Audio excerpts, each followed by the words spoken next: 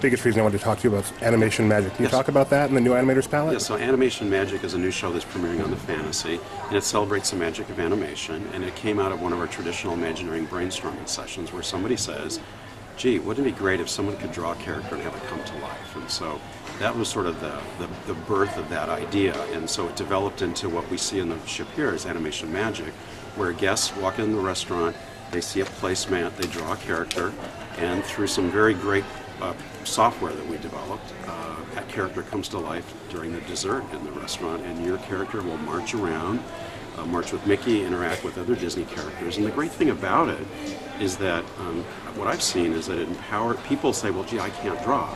And so they'll draw a little stick figure, and then they'll see that stick figure come to life. And to see kids' faces come alive and go, gee, I could actually do that, something like that.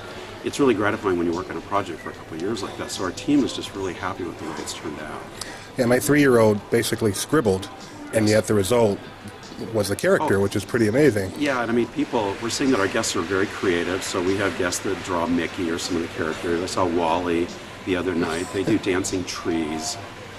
You know, they have aliens. I mean, and stuff. So I think it gives our guests a chance to be extra creative too. Now, Animator's Palate, of course, the restaurant itself goes back to the original 2 ships, but you keep changing the show. Why is that?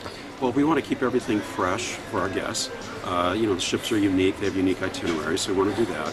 And also, too, you know, the way technology has grown over the years, it allows us to present a show like this because we have these kind of tools available. And so, you know, so on a cruise like this, you know, you'll see Crush one night.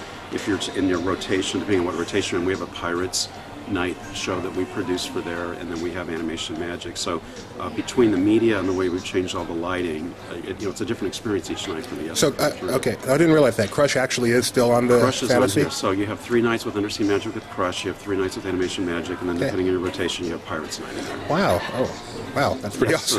So the room looks, you know, you walk in on Pirates Night, and similar to Bibbidi Bobbidi Boutique, all the lights are orange, and we celebrate pirates in Disney animation, in Disney movies, and in Disney theme parks. And we're able to show guests a lot of artwork, even in Animation Magic. Some of the artwork that you see on the walls, that's artwork that they're not published in. A lot of that artwork is not published in books, and so the Disney Animation Research Library folks are really happy to be able to get some of that artwork out in front of the guests that they can see it. Now, you've had a chance to watch the guests as they do Animation Magic. What have you seen? What's their reaction been? What's fun for me is to see the little pockets of laughter, because one of the things that was very challenging for us is it's a 700-seat restaurant. When you draw your character, we want that character to appear near your table. And so that's one of the little pieces of Disney magic that we were able to employ. And so what's interesting is you can stand on the restaurant and you can hear pockets of laughter depending on who's seeing what character around the restaurant. So to me, and then just seeing kids' eyes light up and they're going, oh, that's my drawing. Or a proud parent, you know, taking a picture of their kid's drawing. So to me, that's, you know, you work on a project, I think that's why we as Imagineers do what we do, because at the end of the day, we want to give families that unique entertainment, and so to be able to see that so quickly after we open is great. Yeah. And then the credits at the end, and then the giving it back with the badge, that's quite a credits at the end, actually. And the credits at the end is an interesting little story, too, is that we partnered really closely with Disney Cruise Line, because a lot of us that were produced Animation Magic are theme park people. That's where we come from, and so we had to really get very closely aligned with the Disney Cruise Line partners.